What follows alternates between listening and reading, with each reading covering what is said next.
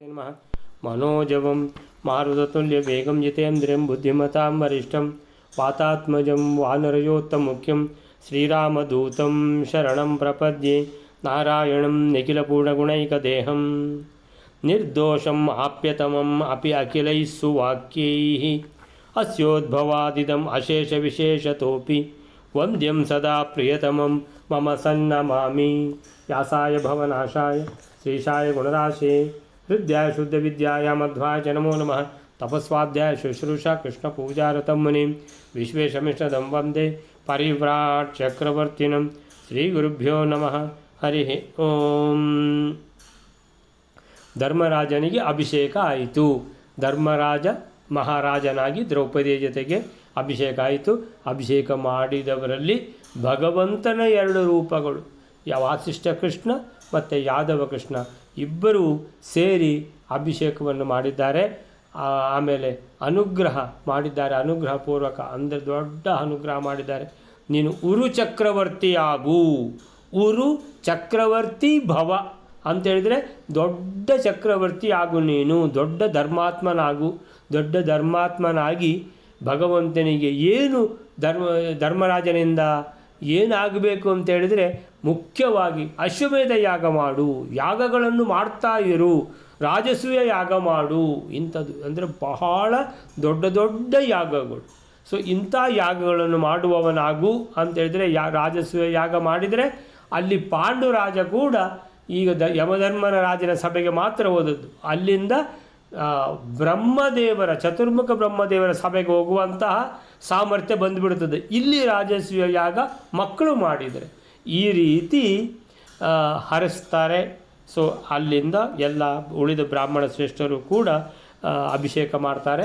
ಹಾಗೆ ಭೀಮಸೇನನಿಗೂ ಜೊತೆಗೆ ದ್ರೌಪದಿಯ ಜೊತೆಗೆ ಯುವರಾಜನಾಗಿ ಅಭಿಷೇಕ ಆಗ್ತದೆ. ಸೊ ಅಲ್ಲಿಂದ ಮುಂದೆ ಏನಾಗ್ತದೆ ಅಂತ ನೋಡುವ. 213ನೇ ಶ್ಲೋಕ ವೇಲರೆ.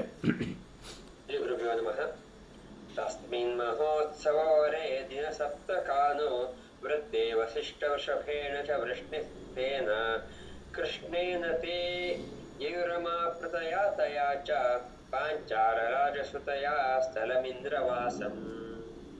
213ನೇ ಶ್ಲೋಕ. 7 ದಿವಸಗಳಿಂದ ಕೂಡಿದ ಈ ಮಹೋತ್ಸವದಲ್ಲಿ ವಸಿಷ್ಠ ಕುಲಶ್ರೇಷ್ಠರಾದ ವ್ಯಾಸರಿಂದಲೂ ಯಾದವಪತಿಯಾದ ಕೃಷ್ಣನಿಂದಲೂ ದ್ರೌಪದಿಯಿಂದಲೂ ಹಾಗೂ ಕುಂತಿಯಿಂದಲೂ ಕೂಡಿಕೊಂಡು ಆ ಪಾಂಡವರು ಇಂದ್ರಪ್ರಸ್ಥದ ಕಡೆಗೆ ಹೊರಟು ಹೋಗುತ್ತಾರೆ.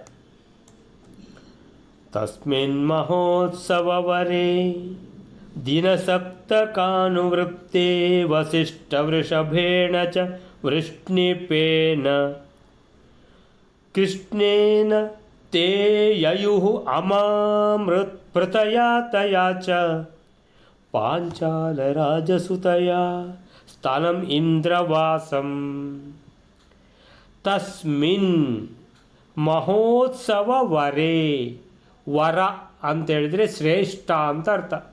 ಮದುವೆ ಆ ಸಂಭ್ರಮದಲ್ಲಿ ವರ ಅಂತೇಳಿದರೆ ಮದುಮಗ ಅಂತೇಳಿದರೆ ಅತ್ಯಂತ ಶ್ರೇಷ್ಠ ಯಾರು? ಮದುಮಗನೇ. ಮದುಮಗ ಮತ್ತು ಮದುಮಗಳು ಮದುವೆಯ ದಿನ ಅತ್ಯಂತ ಶ್ರೇಷ್ಠರು. ಹಾಗೆ ವರ ಅಂದರೆ ಶ್ರೇಷ್ಠ ಅಂತ, ವರಿಷ್ಠ ಅಂತೇಳಿದರೆ ಶ್ರೇಷ್ಠ. ಸೊ ವರೇ ಮಹೋತ್ಸವ ವರೆ ಅಂತೇಳಿದರೆ ಅತ್ಯಂತ ಶ್ರೇಷ್ಠವಾದ ಮಹೋತ್ಸವ. ಯಾಕಂತೇಳಿದರೆ ವ್ಯಾಸರು, ವೇದವ್ಯಾಸರು ಮತ್ತು ಯಾದವ ಕೃಷ್ಣ ಇಬ್ಬರೂ ಬಂದು ಅಭಿಷೇಕ ಮಾಡಿದ್ದಾರೆ ಅಂತೇಳಿದರೆ ಭಗವಂತ ಎಲ್ಲಿಗೆ ಬರ್ತಾರೋ ಆ ಸಮಾಗಮ, ಆ ಮಹೋತ್ಸವ ಅನ್ನುವಂಥದ್ದು ಅದು ದೊಡ್ಡ ಮಹೋತ್ಸವ ಆಗಿಬಿಡ್ತದೆ. ಅದು ಸ್ವಂತ ಭಗವಂತನೇ ಬಂದುಬಿಟ್ಟಿದ್ದಾನೆ 2 ರೂಪಗಳಲ್ಲಿ. ಇನ್ನು ಕೇಳಬೇಕಾದ ಎಷ್ಟು ದೊಡ್ಡ ಮಹೋತ್ಸವ ಅಂತ.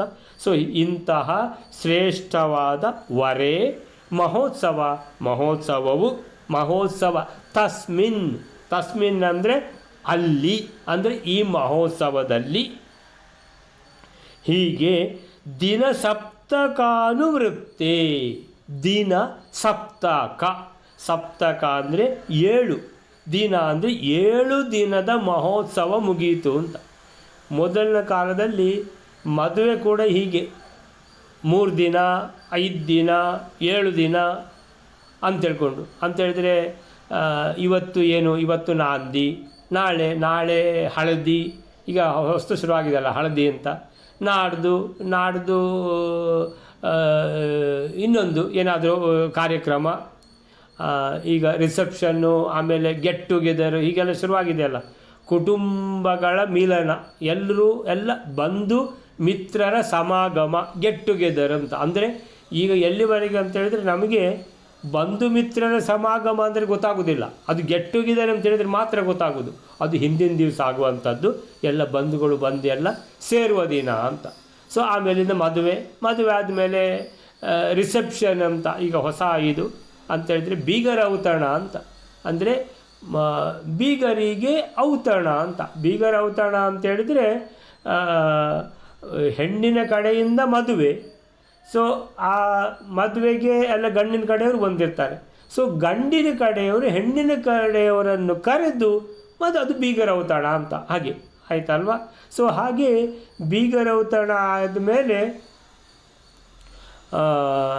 ಆಮೇಲಿಂದ ಇನ್ನೂ ಏನಾದರೂ ಪ್ರೋಗ್ರಾಮ್ಸು ಇರ್ಬೋದು, ಗರ್ಭಾಧಾನ ಹೋಮ ಅಂತ, ಅದನ್ನು ಮದುವೆ ಆದಮೇಲೆ ಇಟ್ಕೊಳ್ತಾರೆ, ಅಂದರೆ ಪ್ರಸ್ತ ಅಂತ ಹೇಳ್ಕೊಂಡು. ಹೀಗೆ 7 ದಿನಗಳ ಕಾರ್ಯಕ್ರಮ ಎಲ್ಲ ಇತ್ತು ಮೊದಲು, ಮದುವೆ ಕೂಡ.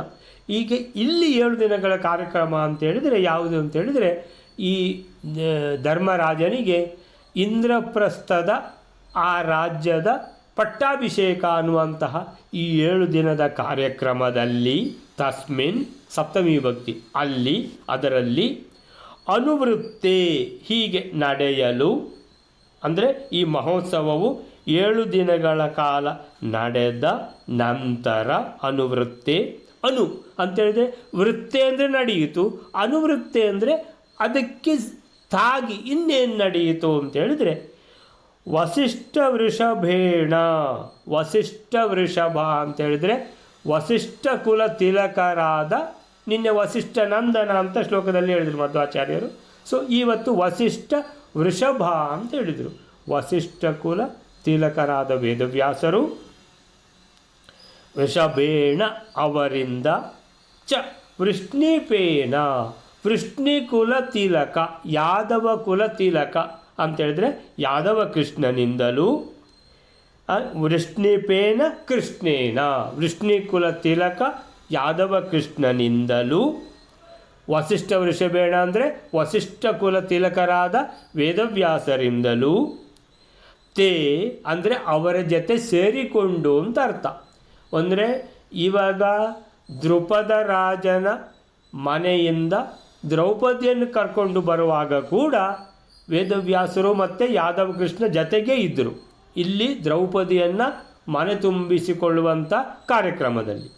ಹಾಗೆ ಅಲ್ಲಿಂದ ಈಗ ಇಂದ್ರಪ್ರಸ್ಥದ ರಾಜನನ್ನಾಗಿ ಧರ್ಮರಾಜನನ್ನು ಘೋಷಣೆ ಮಾಡಿ ಪಟ್ಟಾಭಿಷೇಕ ಮಾಡಿದ್ದಾರೆ. ಆ ಕಾರ್ಯಕ್ರಮದಲ್ಲಿಯೂ ಸಹ ಈ ಭಗವಂತನ 2 ರೂಪಗಳಲ್ಲಿ ಪಾಲ್ಗೊಂಡಿದ್ದಾರೆ.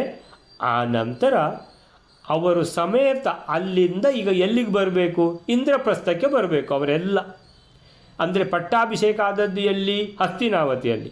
ಹಸ್ತಿನಾವತಿಯಿಂದ ಈ ಎಲ್ಲ 7 ದಿನಗಳ ಪಟ್ಟಾಭಿಷೇಕ ಕಾರ್ಯಕ್ರಮವನ್ನು ಮುಗಿಸಿ ಅನುವೃತ್ತೆ, ಅದರ ಜೊತೆಗೆ, ಅಂದರೆ ಅದರ ಜೊತೆಗೆ ಆಗುವಂಥ ಕಾರ್ಯಕ್ರಮ ಯಾವುದು, ಹಸ್ತಿನಾವತಿಯಿಂದ ದಿಬ್ಬಣ ಬಂದಾಗೆ ಎಲ್ಲರೂ ಇಂದ್ರಪ್ರಸ್ಥಕ್ಕೆ ಬರುವಂಥ ಕಾರ್ಯಕ್ರಮ. ತೇ ಪಾಂಡವರು ಯಯುಹು ಹೋದರು, ಅಮ ಅಂದರೆ ಜತೆಗೆ.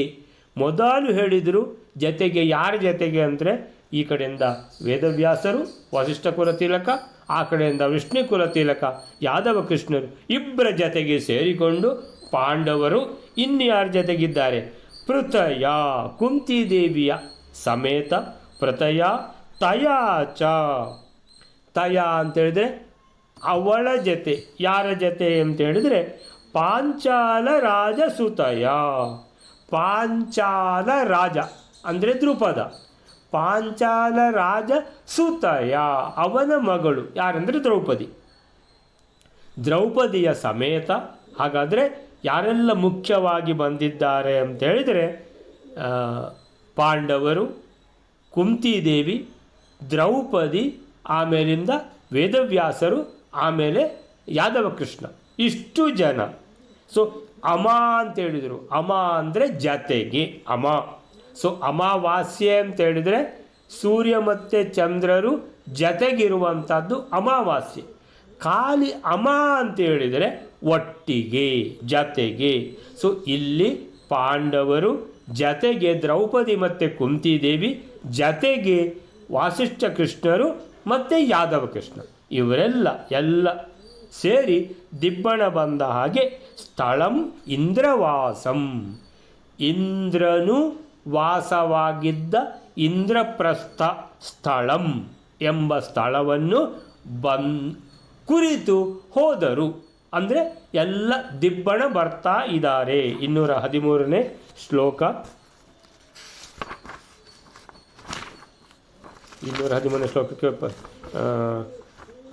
ಏನು ಹೇಳ್ತಾರೆ ಪ್ರಭಂಜನಾಚಾರ್ಯರು ಅಂತ ಹೇಳಿದರೆ, ಆ ಶ್ರೇಷ್ಠ ಮಹೋತ್ಸವ ಸತತ 7 ದಿನಗಳ ಕಾಲ ನಡೆಯಿತು.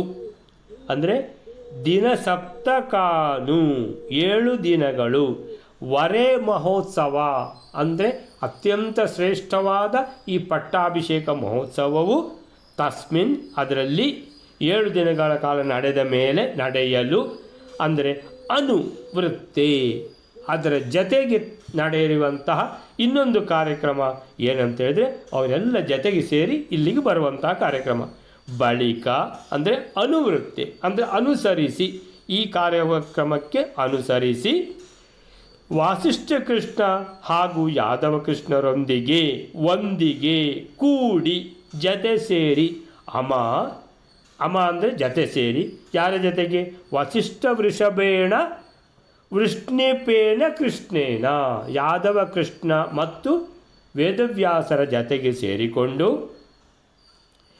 ಪೃಥಯಾ ಸಮೇತ ಕುಂತಿದೇವಿ ಜತೆಗೆ ತಯಾಚ ಪಾಂಚಾಲ ರಾಜಸುತಯ ಪಾಂಚಾಲ ರಾಜನ ಮಗಳು ದ್ರೌಪದಿಯ ಸಮೇತವಾಗಿ ಪಾಂಡವರು, ತೇ ಅಂದರೆ ಪಾಂಡವರು, ಯಯುಹು ಹೋದರು. ಎಲ್ಲಿಗೆ? ಸ್ಥಳಂ ಇಂದ್ರವಾಸಂ, ಇಂದ್ರಪ್ರಸ್ಥ ಎನ್ನುವ ಸ್ಥಳಕ್ಕೆ ಕುರಿತು ಹೋದರು. ಯಯುಹು ಹೋದರು ಅಂದರೆ ಬಂದರು, ಇಂದ್ರಪ್ರಸ್ಥಕ್ಕೆ ಬಂದರು. 7 ದಿನಗಳ ಕಾಲ ನಡೆದ ಈ ಪಟ್ಟಾಭಿಷೇಕ ಉತ್ಸವ ಸಾಮಾನ್ಯವಾಗಿ ದೇವತಾ ಪ್ರತಿಷ್ಠಾದಿ ಮಹೋತ್ಸವಗಳೂ ಕೂಡ ಹೀಗೆ 7 ದಿವಸಗಳು ನಡೆಯುವುದೇ ವಿಹಿತ ಎಂಬ ಮಾತು ತಂತ್ರಸಾರ ಸಂಗ್ರಹದಲ್ಲಿದೆ.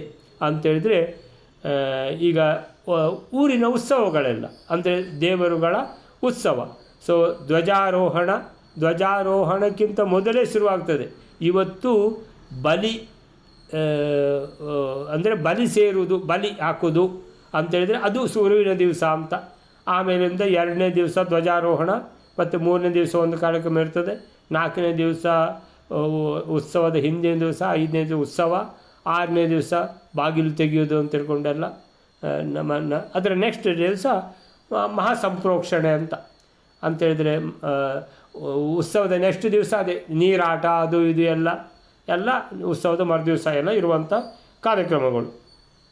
ಹೀಗೆ ಈ ದೇವರ ಉತ್ಸವ ಕೂಡ 7 ದಿನ ನಡೆಯುವಂಥದ್ದು ಅಂತ ಮಧ್ವಾಚಾರ್ಯರು ತಂತ್ರಸಾರ ಸಂಗ್ರಹದಲ್ಲಿ ಬರೆದಿದ್ದಾರೆ. ಅಂದರೆ 7 ದಿನಗಳು ನಡೆದರೆ ಅದೊಂದು ಉತ್ಸವ, ದೊಡ್ಡ ಉತ್ಸವ ಅಂತ ಲೆಕ್ಕ.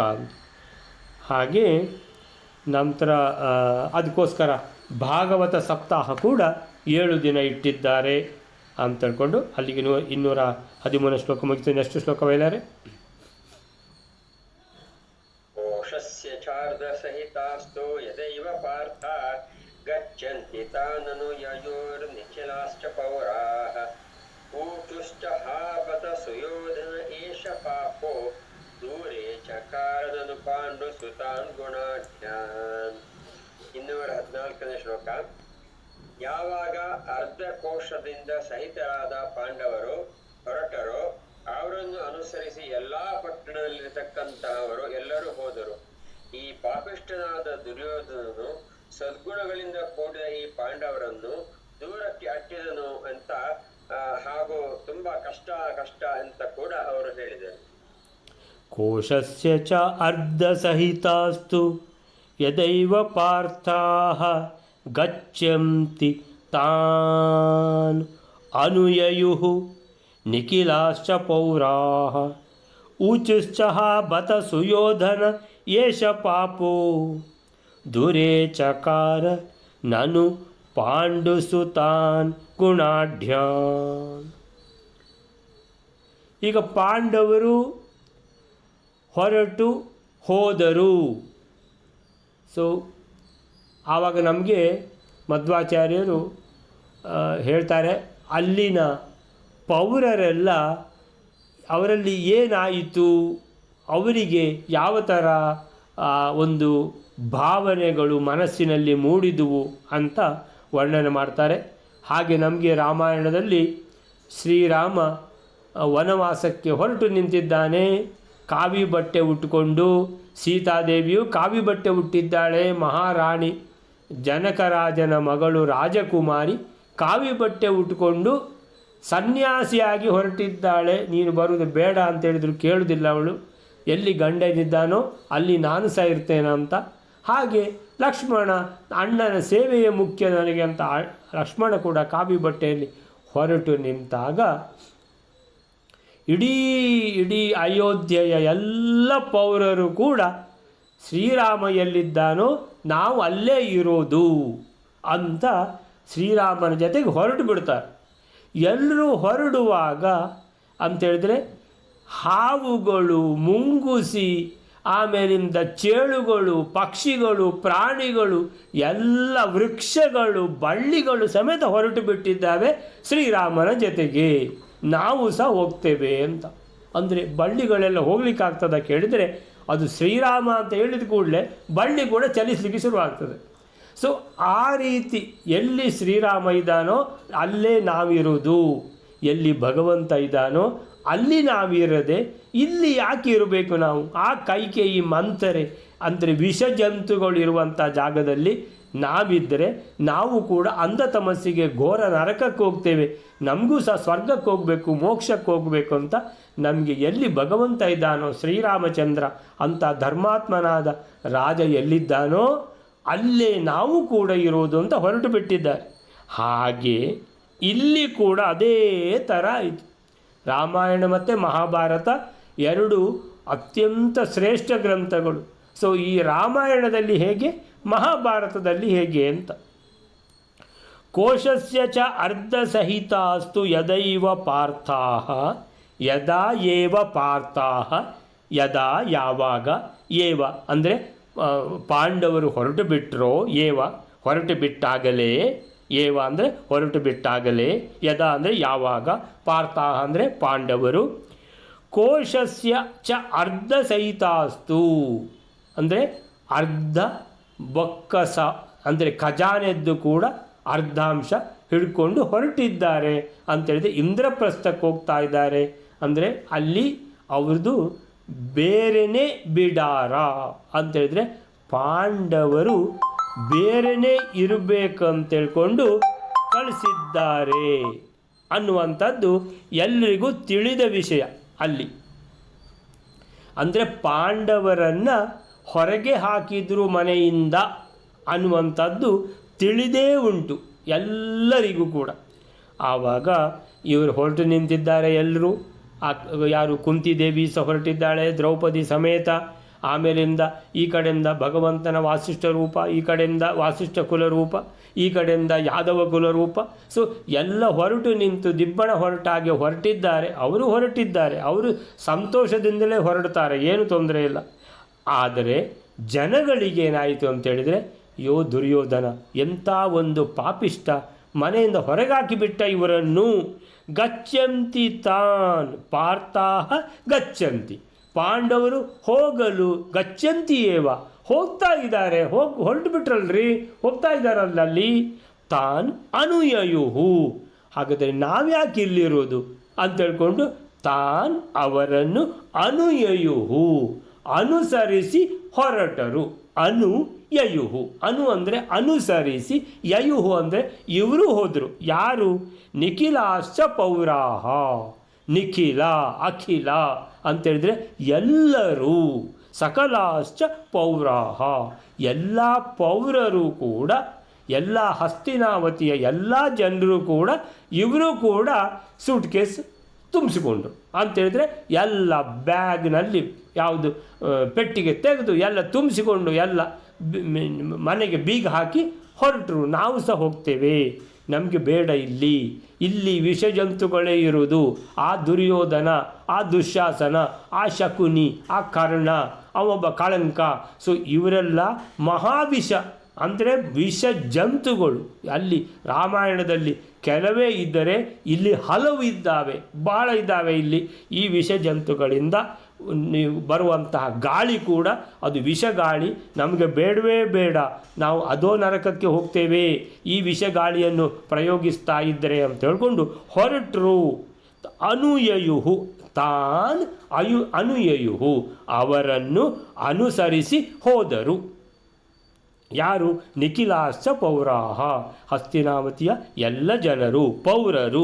ಪೌರಾಹ ಅಂದರೆ ಪೌರರು, ಪಟ್ಟಣಿಗರು. ಸೊ ಏನು ಹೇಳ್ತಾ ಹೊರಟರು? ಊಚುಹು ಹೇಳ್ತಾ ಇದ್ದರು. ಏನು? ಬೇಡ, ನಮ್ಗೆ ಇಲ್ಲಿ ಬೇಡವೇ ಬೇಡ. ಊಚು ಚ ಹಾ ಬತ ಅಂದರೆ ಅಯ್ಯೋ, ಇಲ್ಲಿ ಇರುವುದೇ ಬೇಡ. ಬತ ಅಂದರೆ ಅಯ್ಯೋ ಅಂತ. ಬತ ಅಂದರೆ ಸಂತೋಷದಲ್ಲಿ ಅಯ್ಯೋ ಅಂತ. ಆ ಸಂತೋಷದಲ್ಲಿ ಬತ ಅಂತ ಹೇಳಿದರೆ ಭಾರಿ ಖುಷಿಯಲ್ಲಿ ಅಯ್ಯೋ ಅಂದರೆ ಅಯ್ಯೋ ಎಷ್ಟು ಸಂತೋಷ, ಅಯ್ಯೋ ಅಂದರೆ ಅಲ್ಲಿ ಸಹ ಅಯ್ಯೋ ಬರ್ತದೆ. ಅಯ್ಯೋ ಎಷ್ಟು ಸಂತೋಷ ರೀ, ಅಯ್ಯೋ ಎಷ್ಟು ಚಂದ ರೀ, ಅಯ್ಯೋ ಅಂದರೆ ಅಲ್ಲಿ ಅಯ್ಯೋ ಅಂತ ಯಾಕೆ ಹೇಳ್ತೀರಿ ಅಂತ ಹೇಳಿದರೆ ಅಯ್ಯೋ ಅನ್ನುವಂಥದ್ದು ಅಲ್ಲಿಯೂ ಬರ್ತದೆ, ಇಲ್ಲಿಯೂ ಬರ್ತದೆ. ದುಃಖ ಆಗುವಾಗಲೂ ಅಯ್ಯೋ ಬೇಡ, ಇಲ್ಲಿ ಬೇಡ ಅಂತ ಅಂದರೆ ಊಚುಶ್ಚ ಹಾ ಬತ ಅಯ್ಯೋ ಬೇಡ ಇಲ್ಲಿ, ಬತ ಬೇಡ ಇಲ್ಲಿ. ಹಾ ಅಂತೇಳಿದರೆ ಇಲ್ಲಿ ವಿಷ ಜಂತುಗಳೇ ಇರುವುದು, ವಿಷಪೂರಿತ ಗಾಳಿ ಇಲ್ಲಿ, ಹಾ ಬೇಡ. ಊಚುಹು ಹೇಳ್ತಾ ಚ ಅಂತ ಹೇಳ್ತಾ ಸುಯೋಧನ ಏಷ ಪಾಪಃ ಈ ದುರ್ಯೋಧನ ಇದಾನಲ್ವಾ, ಏಷಃ ಇವನು ಮಹಾಪಾಪ, ಮಹಾಪಾಪಿಷ್ಟ, ಇವ ಮಹಾಕಲಿ, ರಾಕ್ಷಸ ಜನ್ಮದವ, ಮಹಾದುಷ್ಟ ಜನ್ಮದವ, ಇವನೊಟ್ಟಿಗೆ ಬೇಡಪ್ಪ ಬೇಡ. ದೂರೇ ಚಕಾರ ದೂರ ಮಾಡಿಬಿಟ್ಟ, ದೂರೇ ಚಕಾರ ಮಾಡಿದ ಅಂತ. ದೂರೇ ಚಕಾರ ದೂರ ಮಾಡಿಬಿಟ್ಟ. ನೋಡಿ ಯಾರನ್ನ? ಪಾಂಡವರನ್ನ. ಎಷ್ಟು ಒಂದು ಧರ್ಮಾತ್ಮರಿದ್ದರು. ಇಲ್ಲಿ ಯುವರಾಜನಾಗಿ ಧರ್ಮ ರಾಜ ಇರುವಾಗ ಏನಿದು ಸ್ವರ್ಗಲೋಕವೇ ಇಲ್ಲಿ ಇದ್ದ ಹಾಗೆ ಇತ್ತು. ಈಗ ಧರ್ಮರಾಜನನ್ನು ಯಾವಾಗ ಅಲ್ಲಿ ಹೋಗು ನೀನು ಅಲ್ಲಿಯ ರಾಜನಾಗು, ಆ ಬಂಜರು ಭೂಮಿ ಇದ್ದು ಅಂತ ಹೇಳಿಬಿಟ್ಟು ಕಳಿಸ್ತಾ ಇದ್ದಾರಲ್ವ. ದೂರೇ ಚಕಾರ ಅವರನ್ನು ದೂರ ಮಾಡಿಬಿಟ್ರು. ನೋಡಿ, ನಾನು ಪಾಂಡುಸುತಾನ್ ಅಂತೇಳಿದರೆ ಯಾರನ್ನ? ಪಾಂಡುಸುತಾನ್ ಪಾಂಡವರನ್ನ. ಗುಣಾಢ್ಯಾನ್ ಎಂಥ ಗುಣ ಆಢ್ಯಾನ್, ಗುಣದಿಂದ ತುಂಬಿದವರು, ಗುಣವೇ ಸಂಪತ್ತಾಗಿರುವಂಥ ಪಾಂಡವರು. ಆಢ್ಯಾನ್ ಅಂತೇಳಿದರೆ ಸಂಪತ್ತು ತುಂಬಿ ತುಳುಕುವುದಕ್ಕೆ ಹೆಸರು ಆಢ್ಯ ಅಂತ. ಆಢ್ಯಾನ್ ಅಂತೇಳಿದರೆ ಗುಣವೆನ್ನುವ ಸಂಪತ್ತು ತುಂಬಿ ತುಳುಕುತ್ತಾ ಇತ್ತು ಈ ಪಾಂಡವರಲ್ಲಿ. ಅವರನ್ನು ದೂರ ಮಾಡಿಬಿಟ್ಟ ಆ ದುರ್ಯೋಧನ. ಸೊ ಇವನ ಜೊತೆಗೆ ನಾವು ಇರುವುದೇ ಬೇಡ. ಊಚುಹು ಹಾ ಬತ ಅಯ್ಯೋ ಇವನ ಜೊತೆಗೆ ಬೇಡಪ್ಪ, ದುರ್ಯೋಧನನ ಜೊತೆಗೆ ನಮಗೆ ಬೇಡ, ನಾವು ಹೋಗ್ತೇವೆ ಅಂತ ಹೊರಟಿದ್ದಾರೆ. ಕೋಶದ ಅರ್ಧ ಭಾಗದೊಂದಿಗೆ ಪಾಂಡವರು ಇಂದ್ರಪ್ರಸ್ಥಕ್ಕೆ ತೆರಳಲು. ಯದಾ ಏವ ಪಾರ್ಥಾಹ ಯಾವಾಗ ಪಾರ್ಥಾಹ ಅಂದರೆ ಪಾಂಡವರು ಕೋಶಸ್ಯ ಚ ಅರ್ಧ ಅಂದರೆ ಅರ್ಧ ಕೋಶವನ್ನು ಹಿಡ್ಕೊಂಡು ಕೋಶದ ಅರ್ಧ ಭಾಗದೊಂದಿಗೆ ಸಹಿತ ಅಂದರೆ ತೆರಳಲು ಗಚ್ಚಂತಿ. ಸಕಲ ಪಟ್ಟಣಿಗರು ಅವರ ಹಿಂದೆ ತಾವೂ ತೆರಳಲು ಸಿದ್ಧರಾದರು. ನಿಖಿಲಾಶ್ಚ ಪೌರಾಹ ತಾನ್ ಅನುಯಯುಹು ಎಲ್ಲ ಪೌರರು ಅವರನ್ನು ತಾನ್ ಅನುಯಯುಹು ಅಂತೇಳಿದ್ರೆ ಅನುಸರಿಸಿ ಹೋಗಲು ಸಿದ್ಧರಾದರು. ಹೇಳ್ತಾ ಇದ್ದಾರೆ, ಅಯ್ಯೋ ಪಾಪಿಯಾದ ದುರ್ಯೋಧನ ಗುಣವಂತರಾದ ಪಾಂಡವರನ್ನು ದೂರ ಮಾಡಿದ ಅಂತ ಹೇಳ್ತಾ ಬೊಬ್ಬೆ ಹಾಕಲಿಕ್ಕೆ ಶುರು ಮಾಡಿದರು. ಅಯ್ಯೋ ಅಂದರೆ ಹಾ ಬತ ಊಚುಹು ಹೇಳಿದರು. ಏನಂತ? ಪಾಪಿಯಾದ ದುರ್ಯೋಧನ ಏಷ ದುರ್ಯೋಧನ ಪಾಪಃ ನಾನು ಪಾಂಡುಸುತಾನ್ ಗುಣಾಢ್ಯಾನ್ ದೂರೇ ಚಕಾರ. ಇಷ್ಟು ಒಳ್ಳೆ ಅಂತೇಳಿದರೆ ಗುಣಗಳೇ ಐಶ್ವರ್ಯವಾಗಿರುವಂತಹ, ಅಂದರೆ ಒಳ್ಳೆ ಐಶ್ವರ್ಯ ಯಾವುದು? ಹಣ ಮೇಲೋ ಗುಣ ಮೇಲೋ ಅಂತೇಳಿದರೆ ಈ ಸಣ್ಣ ಸ್ಕೂಲಲ್ಲಿ ಎಲ್ಲ ಸ್ಪರ್ಧೆ, ಹಣ ಮೇಲೋ ಗುಣ ಮೇಲೋ ಅಂತ.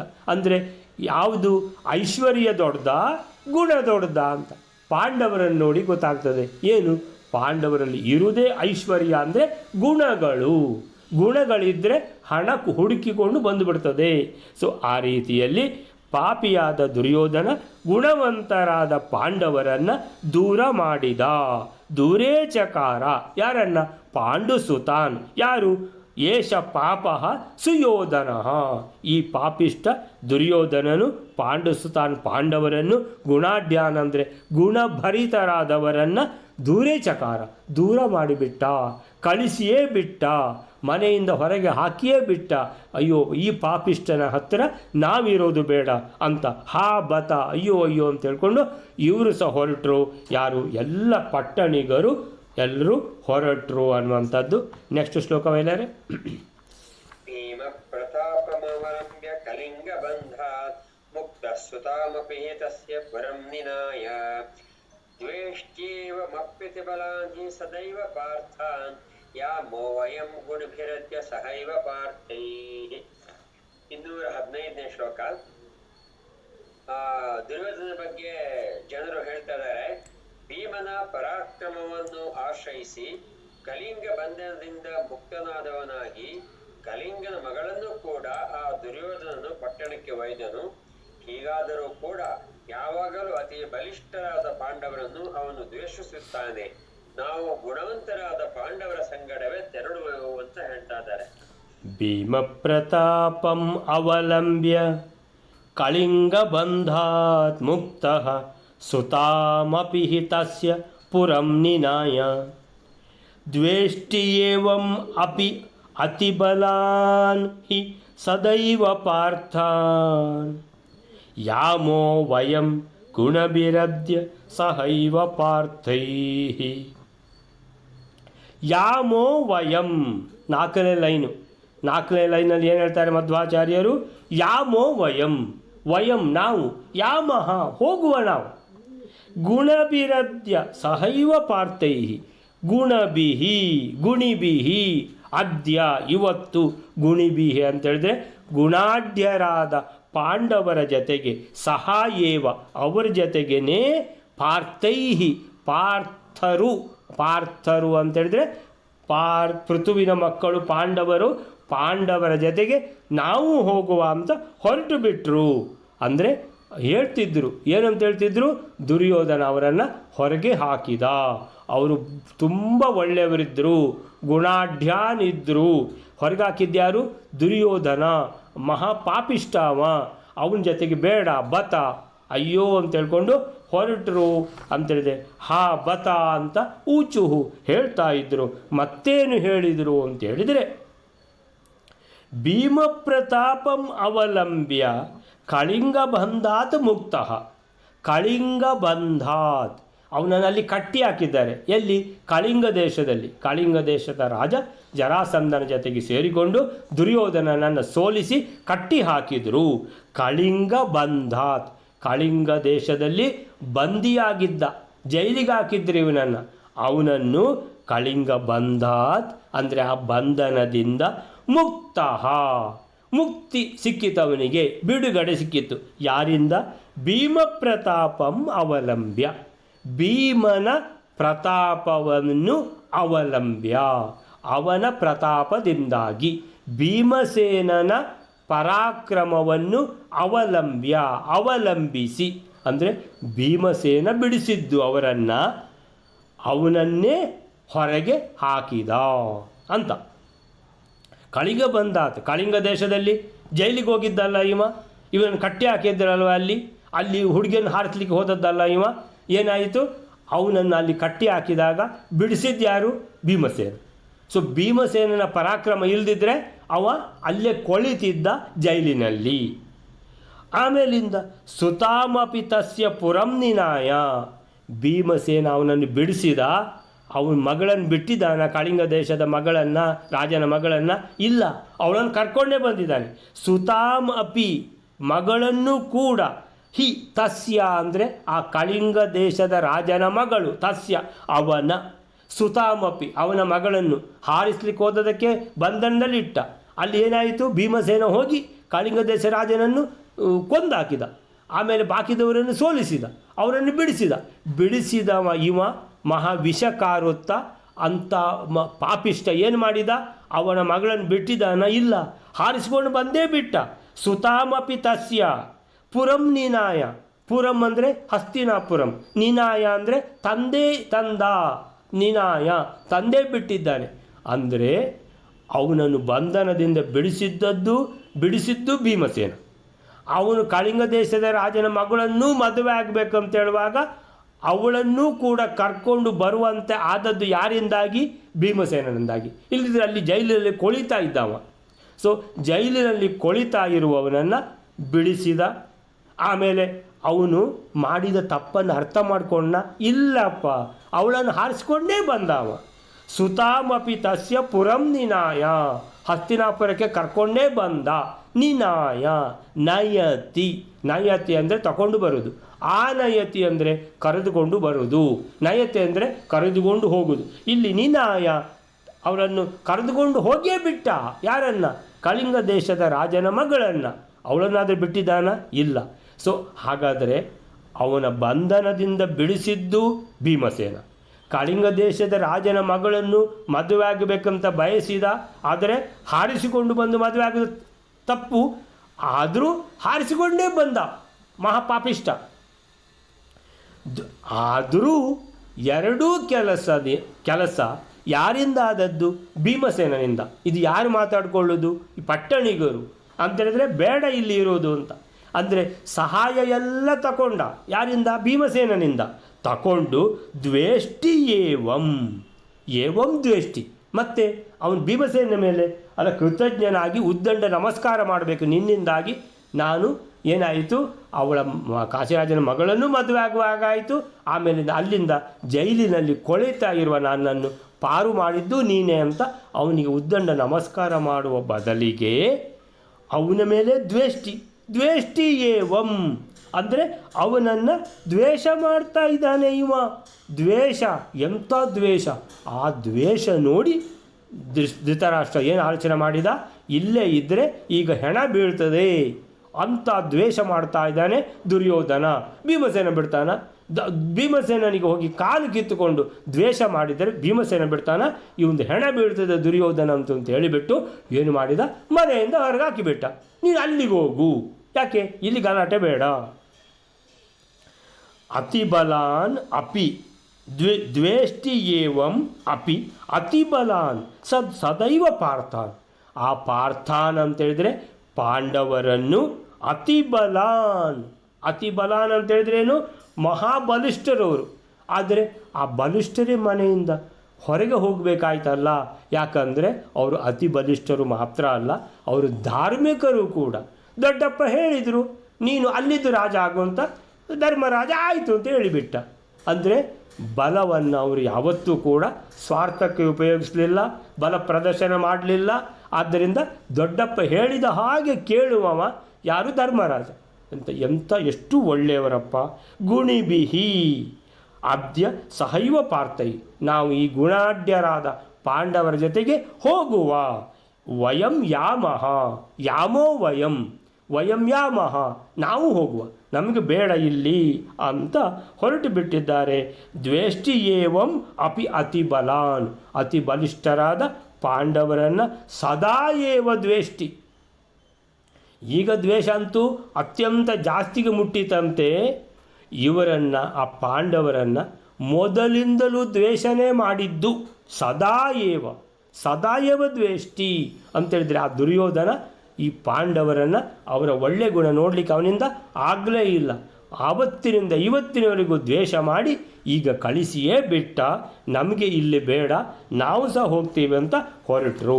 215ನೇ ಶ್ಲೋಕಕ್ಕೆ ಏನು ಹೇಳ್ತಾರೆ ನೋಡುವ. ಇಲ್ಲಿ ಭೀಮನ ಬಲವನ್ನು ಅವಲಂಬಿಸಿ ಕಳಿಂಗನ ಸೆರೆಯಿಂದ ಬಿಡುಗಡೆಯಾದ ಇವನು ಅವನ ಮಗಳನ್ನು ಪಟ್ಟಣಕ್ಕೆ ತಂದ.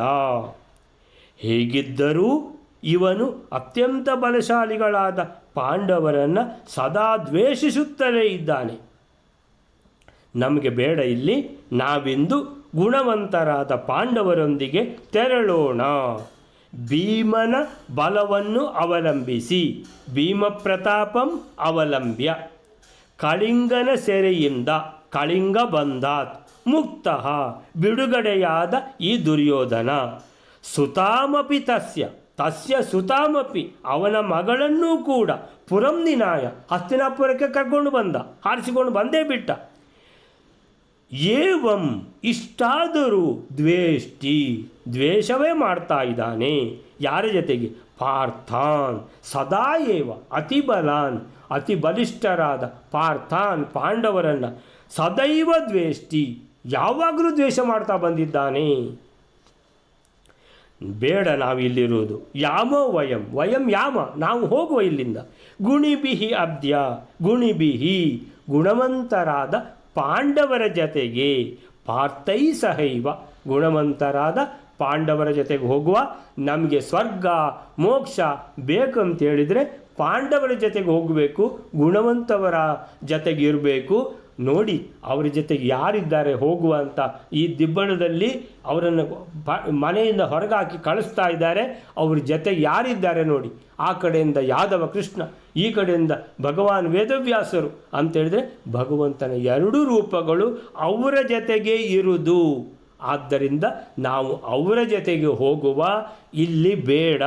ವಯಂ ಯಾಮಃ, ನಾವು ಹೋಗುವ ಅಂತ ಎಲ್ಲ ಪಟ್ಟಣಿಗರು ಹೊರಟು ಬಿಟ್ಟರು. ಅಲ್ಲಿಗೆ ಇವತ್ತಿನ ದಿನ ನಿಲ್ಲಿಸ್ಕೊಳ್ಳೋಣ. ಶ್ರೀಕೃಷ್ಣ ಅರ್ಪಣ ಮಸ್ತು.